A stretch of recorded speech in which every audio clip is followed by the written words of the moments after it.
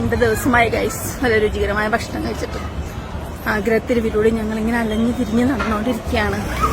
ഇവിടെ എന്തെങ്കിലും ടേസ്റ്റുള്ള ഭക്ഷണം കിട്ടും എന്നുള്ളതാണ് എൻ്റെ ഒരു പ്രതീക്ഷ. കിട്ടുമോ ഇല്ലയോ എന്ന് നമുക്കിപ്പോൾ കണ്ടറിയാം. എന്താ ക്ഷീണം കൊണ്ട് ഞാൻ ലാസ്റ്റായി. എല്ലാവരും മുന്നേ നടന്നു പോയിട്ടുണ്ട്. പിടിക്കാം. അങ്ങനെ ഈ തെരുവോര കാഴ്ചകള് എനിക്ക് ഭയങ്കര ഇഷ്ടമായി തോന്നിട്ടോ. ഇളം തണുപ്പൊക്കെ ഉണ്ട്, ചൂടൊന്നുമില്ല കേട്ടോ. അങ്ങനെ നല്ല രസകരമായിട്ട് ഞാൻ ഇങ്ങനെ ആസ്വദിച്ച് പതുക്കെ നടന്നു. കുറേ ഹോട്ടലുകളിൽ നിന്നൊക്കെ അവരിങ്ങനെ വിളിക്കുന്നുണ്ട്. അപ്പൊ ഞാൻ മലയാളി ഹോട്ടലിൽ നിന്ന് കഴിക്കുള്ളൂ, നെഹിടോ നെഹി എന്നൊക്കെ പറഞ്ഞ് ഞാനിങ്ങനെ അന്തസ്സായിട്ട് ഇങ്ങനെ നടന്നു കേട്ടോ. പിന്നെ ഇവിടെയുള്ള ഹോട്ടലുകൾ മോമോസിന്റെ ഒക്കെ കടയുണ്ട്. ഞാൻ അവിടേക്ക് ഒന്ന് എത്തി നോക്കി. ഇനി ഇവർ വീഡിയോ ഒക്കെ എടുക്കുന്നുണ്ടോ എല്ലാം പറയുമെന്നൊക്കെ എനിക്കൊരു സംശയം ഉണ്ടായിരുന്നു. പക്ഷെ ആരും പ്രതികരിച്ചില്ല ഗൈസ്, പ്രതികരിച്ചില്ല.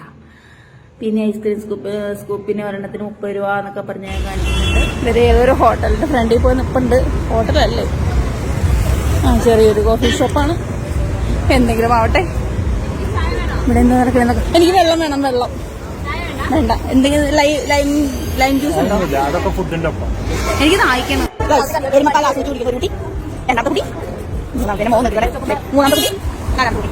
ഇതിന് പാല് ആസ്വദിച്ച് കുടിക്കുന്ന 4ാമത്തെ കുട്ടി. 5ാമത്തെ കുട്ടി. ഇവിടുത്തെ ഓഫർ കിട്ടോ, ബൈ 2 take 5. അങ്ങനെ നമ്മുടെ നാട്ടിൽ അങ്ങനെ കണ്ടിട്ടില്ലാത്തതുകൊണ്ട് വീഡിയോ എടുത്താണ്. പിന്നെ ഇവിടുത്തെ സ്ട്രീറ്റ് ലൈറ്റിലൊക്കെ ഇതുപോലെ നമ്മുടെ ദേശീയ പതാകയുടെ കളർ ഇങ്ങനെ ചുറ്റിയിട്ടുണ്ടാവും. ഈ ഹോട്ടലുകാർ എന്നെ മുന്നേ അങ്ങോട്ട് പോയപ്പോൾ വിളിച്ചവരാട്ടോ. എന്നിട്ട് ഞാൻ ഇവരെ പുച്ഛിച്ചൊക്കെ തിരിച്ചു പോകുന്നതാണ്. പിന്നെ അവസാനം ഞങ്ങൾ ഇവിടെ തന്നെ വന്ന് കയറി. പക്ഷെ ഒന്നും പറയാൻ വയ്യ, അസാധ്യ ഫുഡായിരുന്നു. നമ്മുടെ മലയാളികൾ തോറ്റി പോണ തരത്തിൽ ഉള്ള ടേസ്റ്റ് ആയിരുന്നു കേട്ടോ. എനിക്ക് അത്യാവശ്യം എരിവൊക്കെ ഭയങ്കര ഇഷ്ടമാണ്. നല്ല എരിവൊക്കെ ഉണ്ടായിരുന്നു. ഭയങ്കര ടേസ്റ്റുള്ള ഫുഡ്.